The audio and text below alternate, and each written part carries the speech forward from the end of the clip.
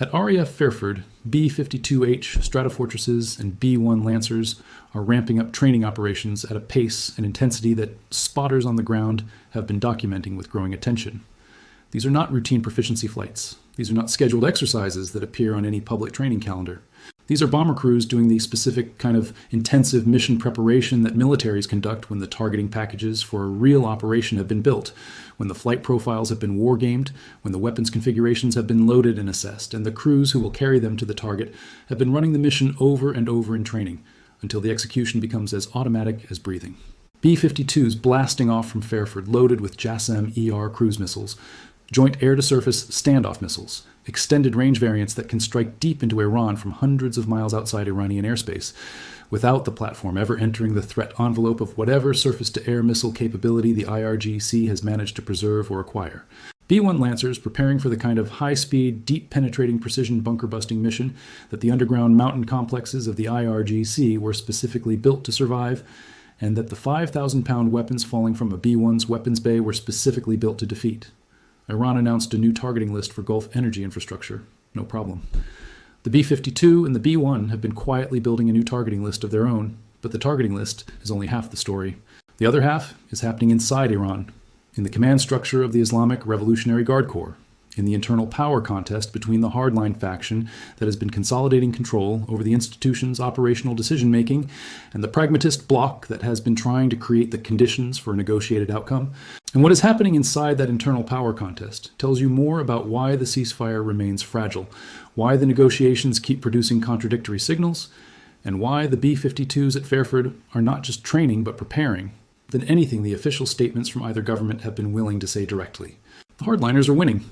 And what that means for the next phase of this conflict is the most important strategic question that the tactical coverage of daily strike packages and missile intercept counts is consistently failing to ask. Let's back all the way up, because to understand the full strategic picture of where this standoff is heading, the underground mountain complexes, the internal regime fracture, the bomber operations at Fairford, and the nuclear dimension that connects all of it, you need to understand the specific institutional logic that is driving the IRGC's behavior at every level of this conflict simultaneously. Start with the underground bases. Because understanding what the IRGC has been building inside Iran's mountains for the past decade is the prerequisite for understanding why the B-52 and the B-1 at Fairford are the specific answer to it, and why the answer requires a specific kind of weapon and a specific kind of platform that the carrier-based aviation executing the coastal strike packages cannot substitute for. Eagle Base, officially designated OGAB 44, is a secretive IRGC installation built directly into the mountain rock of the Iranian interior. Not adjacent to a mountain, not behind a mountain, inside one. The facility's entrance tunnels are cut into the mountain face, with blast doors designed to absorb the overpressure of conventional strikes without compromising the structural integrity of the chambers behind them. The original infrastructure was almost certainly constructed for fighter aircraft. The taxiways visible from satellite imagery are sized for the F-14s and F-4s that the Iranian Air Force operated in the decades following the revolution, when Iran still had a functioning fighter aviation capability worth protecting from aerial attack. The geography of the installation, the mountain blocking approach from one direction, the limited runway configuration that forces a single direction of operation, the underground chambers accessed through tunnel entrances built into the mountainside, reflects the engineering priorities of an institution that understood from the beginning that conventional above-ground military infrastructure could not survive sustained American air power, and built accordingly. But the fighters are effectively gone. The IRGC's Air Force has long since transitioned from a fighter-centric organization to what is operationally a ballistic missile and drone organization, with a handful of aging aircraft flying occasional sorties that serve institutional rather than operational purposes. The underground mountain infrastructure that was built to protect those fighters is now being repurposed to protect something far more strategically consequential: ballistic missiles, Shah drone stockpiles, the weapons inventory that constitutes the IRGC's remaining offensive capability after the coastal military architecture has been systematically dismantled across consecutive nights of American precision strikes. Eagle Base is one installation. There are dozens like it built into mountain ranges across the Iranian interior, each one presenting the same fundamental targeting problem that every conventional precision munition has to solve. You cannot destroy what you cannot reach from above if what you are trying to destroy is inside the mountain rather than on top of it. The conventional 500-pound and 2,000-pound precision munitions that have been effective against above-ground IRGC installations, coastal radar sites, communications towers, and surface naval infrastructure cannot penetrate the rock overburden of a mountain-embedded facility and produce the destructive effect required to eliminate what is inside. You need a different weapon, a bigger weapon, a weapon specifically designed to defeat the rock and the reinforcement and the depth simultaneously. The B-52 with JASSM-ER cruise missiles is the standoff answer, the capability to strike these installations from outside Iranian airspace, delivering precision effects against entrance tunnels, ventilation systems, power infrastructure, and the external logistics networks that sustain the underground facilities without the platform itself entering the threat envelope of whatever surface-to-air capability Iran has preserved or acquired. The JASSM-ER's range, exceeding 900 kilometers in its extended range variant, means a B-52 orbiting over the Arabian Sea or the Eastern Mediterranean can put precision effects on underground facilities deep in the Iranian interior without crossing into Iranian-controlled airspace. That standoff capability is operationally significant because of a specific uncertainty the current operational picture has not yet resolved. Has China provided the IRGC with advanced surface-to-air missile systems through the aerial resupply channels that have been operating through transponder-suppressed cargo flights into Iranian airports? The coastal air defense architecture has been systematically degraded, but the mountain interior is a different surveillance and strike environment, and the possibility that advanced Chinese-origin SAM systems have been moved into those interior positions during the operational periods when the surveillance picture was less dense is a threat assessment that American mission planners have to account for before committing manned aircraft to low-altitude penetration profiles over hardened interior targets. The B-52's standoff capability circumvents that threat assessment by keeping the platform outside the engagement envelope of any SAM system that might have survived or been newly introduced into the Iranian interior. The B-1 provides the supersonic penetrating capability for targets where standoff is insufficient and where a penetrating bunker-busting weapon needs to be delivered with more precision than a cruise missile can achieve against a specific entrance geometry or a specific structural vulnerability. 5,000-pound bunker busters falling from a B-1 at the specific angles and velocities that maximize penetration depth against mountain-embedded hard targets are the kinetic answer to the infrastructure that JASSM-ER can degrade from standoff but cannot fully eliminate. Together, the B-52 and the B-1 are the weapon system pair specifically matched to the target problem that Eagle Base and its dozens of equivalent facilities across the Iranian interior represent. Their intensive training operations at Fairford are not incidental. They are the operational preparation for the mission that the current targeting packages, the coastal strike packages executed by carrier-based F-18s and F-35s, were never designed to accomplish. Now let's go inside the Iranian command structure, because the internal power contest that has been playing out between the IRGC's hardline faction and the pragmatist bloc is the structural driver of every contradictory signal coming out of Tehran. And understanding who is winning that contest tells you more about the trajectory of the ceasefire talks than anything the official negotiating positions have publicly stated. The intelligence picture of the internal Iranian power contest comes from a specific and analytically significant series of developments. IRGC Brigadier General Vahidi, now apparently promoted to Major General, a promotion that the pace of senior IRGC personnel attrition in this conflict has made structurally inevitable, and his inner circle have been repeatedly blocking attempts by Parliamentary Speaker Kalibaf and other pragmatist officials to push the regime toward a more flexible negotiating position. The analysis emerging from sources tracking this internal contest is direct. Vahidi appears to have prevailed in the internal power struggle, and will likely shape the regime's approach to negotiations and the war with a maximalist and uncompromising stance. The divergence between the Vahidi hardline faction and the pragmatist bloc first became externally observable around late March, when President Pezeshkian criticized the IRGC's unilateral operational decisions in the war and accused Vahidi and the Khatam al-Anbiya Central Headquarters commander of acting without political authorization and fueling escalation. That accusation, a sitting Iranian president publicly accusing the IRGC of acting unilaterally, is not the kind of statement that appears in the public record of any government unless the internal reality it describes has already become too obvious within the institution to sustain the standard discipline of authoritarian information management. The structural implication of Vahidi's consolidation of power over the pragmatist bloc is visible in the negotiating process itself. Kalibaf, previously the lead negotiator for the Iranian side in the Islamabad framework discussions, did not travel to the subsequent round of talks. Arangchi is going instead. The removal of Kalibaf from the lead negotiating position is not a routine diplomatic rotation. In the context of the internal power contest between the Vahidi hardline faction and the pragmatist bloc that Kalibaf represents, It is the hardline faction removing the person whose institutional interests aligned with reaching a negotiated outcome and replacing him with someone whose position the hardline faction can more directly influence. Read that sequence. Vahidi blocks pragmatist efforts toward a flexible negotiating position. Pezeshkian publicly accuses Vahidi of unilateral action. Kalibaf, the pragmatist negotiator, is removed from the lead negotiating role. The hardline faction's representative of maximum leverage is consolidated within the institutional hierarchy. And the regime's public position moves toward refusing to negotiate under what it calls threats, insisting the strait stays closed until the blockade is lifted, threatening to target the oil infrastructure of every Gulf partner state that has provided territory for use against Iran, and characterizing the diplomatic framework as treason through its affiliated clerical and media networks. This is not a regime moving toward a negotiated settlement. This is a regime whose internal power dynamics are being resolved in the direction of the faction that has defined its institutional identity by rejecting every negotiated settlement, and that has a specific and rational, from its own institutional survival perspective, interest in ensuring that no settlement is reached. Understanding why the hardline faction's institutional interests align with continued conflict rather than negotiated resolution requires understanding what the regime's strategic horizon looks like from inside that faction.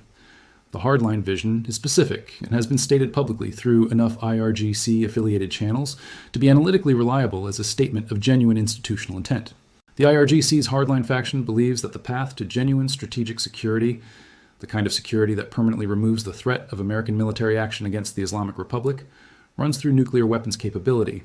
10,000 ballistic missiles and hundreds of thousands of Shahed drones combined with a nuclear weapon constitutes, in the hardline faction's calculation, a deterrent that makes direct American military action against Iran prohibitively costly at a level that conventional military capability never has and never will.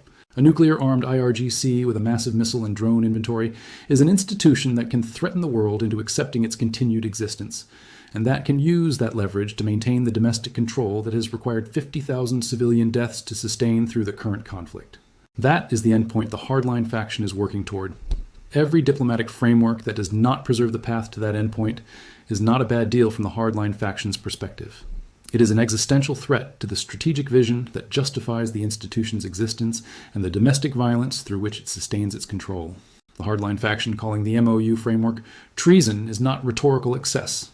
It is the accurate expression of the faction's genuine assessment that compromising the nuclear pathway is the one outcome that the institution cannot survive institutionally, because without the nuclear program's eventual completion, the case that decades of revolutionary governance, economic mismanagement, international isolation, and 50,000 civilian deaths were necessary costs of building toward genuine strategic security collapses entirely. General Vahidi having a nuclear weapon and 10,000 ballistic missiles and massive Shahed drone stockpiles is not a scenario where pragmatism emerges as the dominant institutional culture of the IRGC. It is a scenario where the hardline faction's most extreme operational instincts have been fully armed and where every external actor who has been working toward a negotiated outcome has to reckon with the certainty that those arms will be used.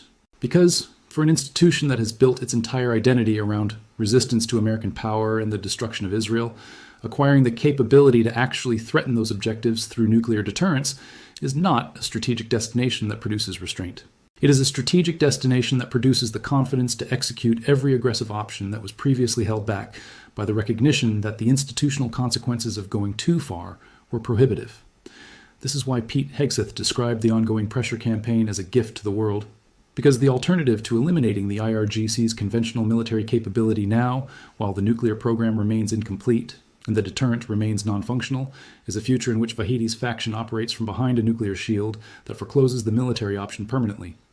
The blockade that Hegseth said will persist as long as it takes is not a pressure instrument aimed at producing the best negotiating position for the current round of talks. It is a pressure instrument aimed at preventing the scenario in which the current round of talks becomes irrelevant because the hardline faction has used the time purchased by diplomatic engagement to complete the strategic program that makes negotiated engagement optional rather than necessary. Now, let's address Iran's new targeting list for Gulf energy infrastructure. Because the specific targets the IRGC has identified and the specific threats it has attached to them tell you something about the state of its remaining offensive capability that the threatening language is designed to obscure. Iran's announced target list includes major oil fields and refineries in the UAE, Saudi Arabia, Kuwait, Qatar, and Bahrain, the key American allies in the region that host American bases. and that have collectively been the geographic foundation of the American military campaign's logistics and strike architecture. The IRGC's declared position is that any use of their territory against Iran means goodbye to their oil production across the entire region. Every major oil facility in 5 Gulf countries squarely on an expanded target list, with the warning that they will crush those facilities if the U.S. resumes strikes. The IRGC has already demonstrated some capacity to execute this threat. Saudi Arabia's east-west pipeline was damaged in IRGC attacks, cutting off approximately 700,000 barrels per day. The Dos Island liquefied natural gas facility in the UAE was struck. Additional facilities in Saudi Arabia and Kuwait absorbed Iranian missile and drone attacks. The capability to threaten Gulf energy infrastructure is not purely rhetorical. It has been demonstrated at scale through previous operational cycles.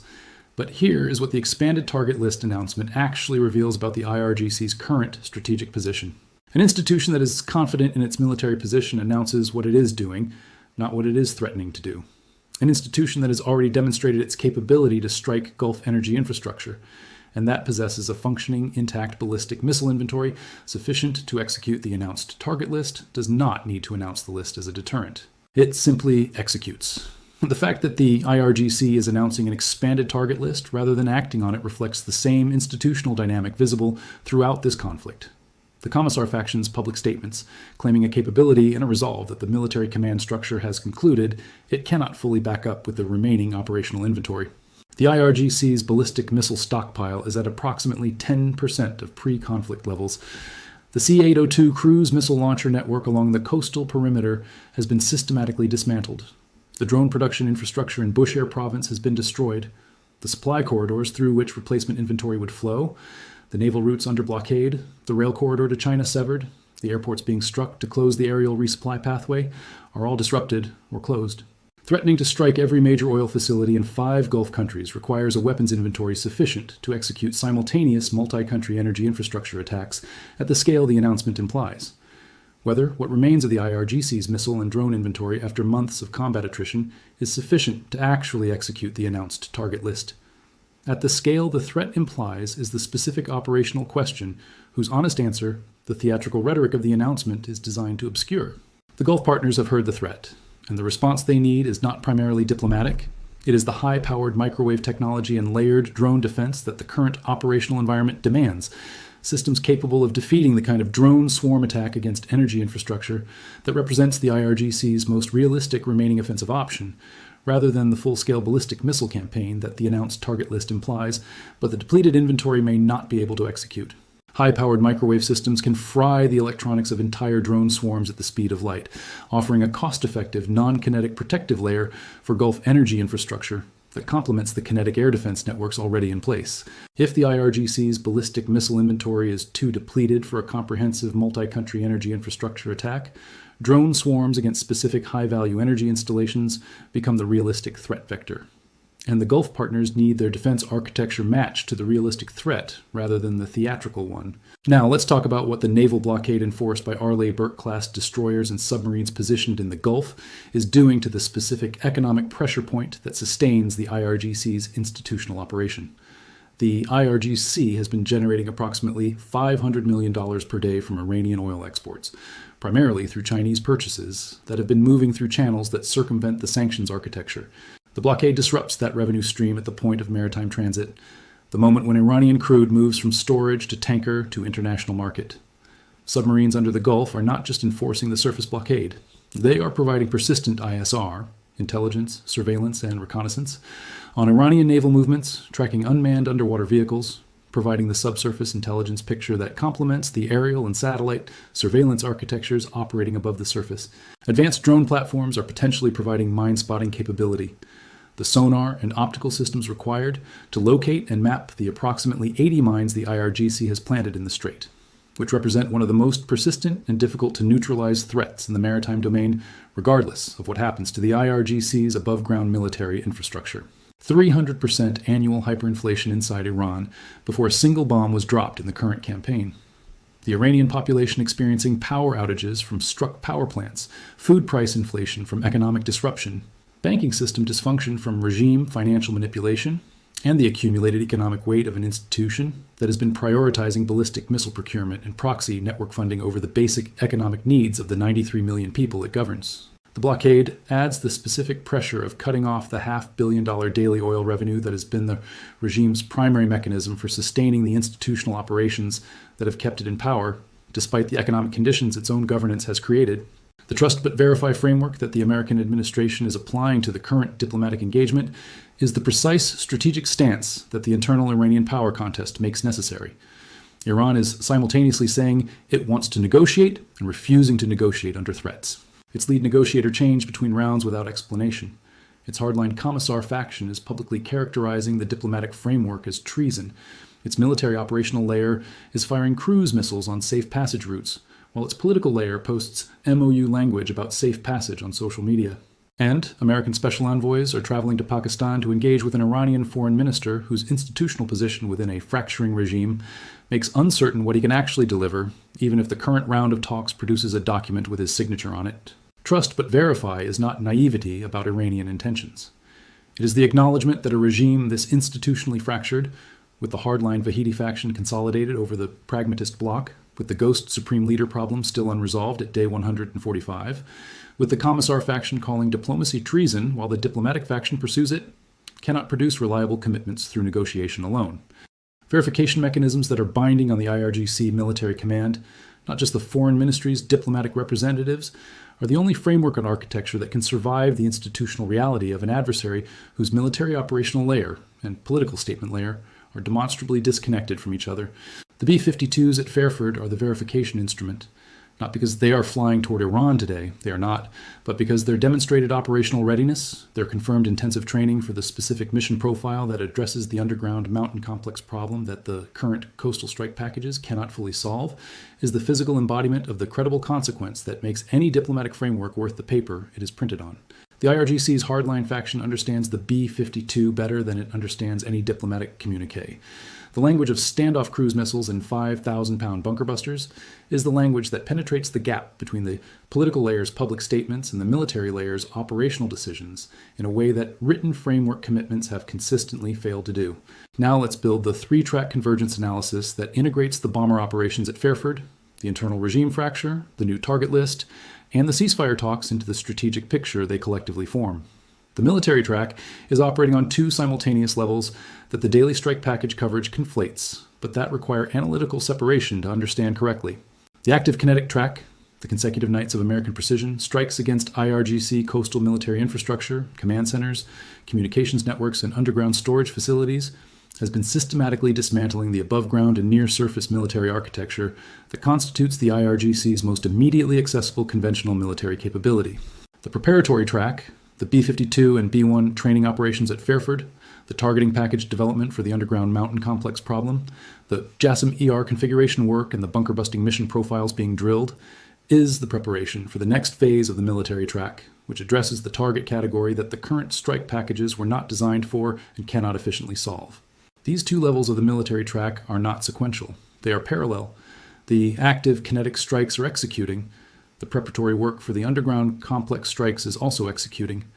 When the ceasefire talks produce their verdict, whether a genuine framework commitment emerges from the Islamabad engagement, or whether the hardline faction's consolidation over the pragmatist bloc produces the maximalist, uncompromising stance that the intelligence analysis is already identifying as the likely outcome.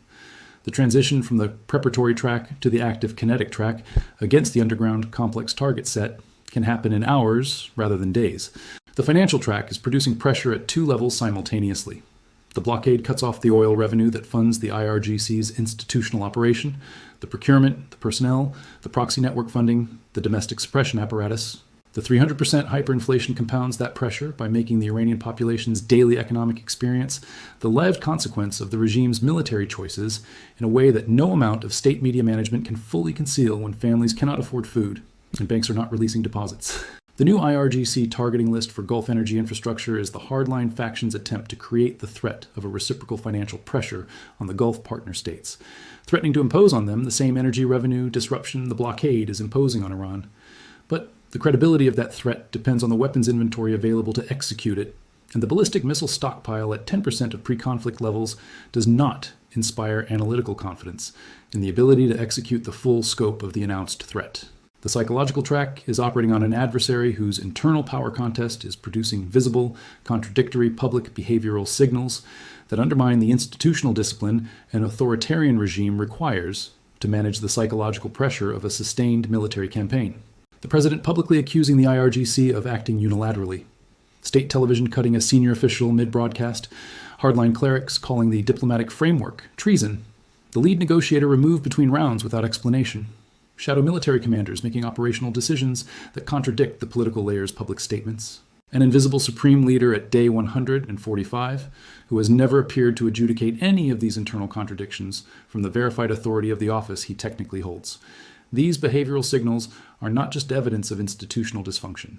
They are the psychological track's most potent instrument, because the Iranian population watching the regime's internal contradictions surface through the cracks in the information management apparatus is the same population experiencing the blackouts, the food inflation, the banking dysfunction, and the accumulated economic weight of a conflict the institution's hardline faction cannot end because ending it would destroy the institutional narrative that makes the faction's dominance legitimate. The hardline faction that has built its identity around resistance to American power, that has defined negotiated settlement as treason, that has been willing to kill 50,000 of its own citizens to maintain domestic control.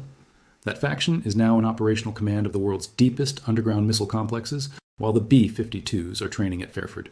That is the specific strategic picture whose implications Pete Hegseth described as a gift to the world to address before the gift becomes unavailable. Here is the honest strategic assessment. The ceasefire talks in Islamabad are proceeding between an American diplomatic team whose approach is trust but verify, and an Iranian diplomatic team whose institutional position within a regime where the hardline faction has prevailed over the pragmatist bloc makes uncertain what commitments it can actually deliver. The IRGC's new target list for Gulf energy infrastructure is a threat calibrated to the weapons inventory of an institution at its pre-conflict strength, not the institution at 10% of its pre-conflict ballistic missile inventory with its coastal military architecture systematically dismantled. The underground mountain complexes housing the remaining ballistic missile inventory are the target problem that the B-52 and B-1 at Fairford are training to solve. Not because the order to execute has been given, but because the targeting packages have been built, the mission profiles have been drilled, and the weapons have been configured for exactly the moment when the diplomatic track produces the verdict that the military track then answers. If Vahidi's hardline faction has truly prevailed and the maximalist, uncompromising stance is the negotiating posture that emerges from Islamabad, the B-52’s at Fairford will not stay in England indefinitely. The JASSM-ER cruise missiles are already mounted. The B-1 bunker-busting mission profiles are already drilled. The standoff weapons can reach the Iranian interior without entering the threat envelope of whatever surface-to-air capability has survived or been newly introduced. Eagle Base is inside the mountain. The B-52 does not need to enter the mountain to address what Eagle Base is protecting. It needs to launch from a position outside Iranian airspace, let 900 kilometers of precision guidance do the work, and wait for the secondary explosions that tell you what was actually inside the facility, the surveillance architecture found, and the targeting solution addressed. The B-52’s are at Fairford. The targeting packages are built. And the hardline faction that just prevailed over the pragmatist bloc in Iran's internal power contest is making decisions about whether to give the B-52’s a reason to leave England. Iran has a new target list. The B-52 has had one longer.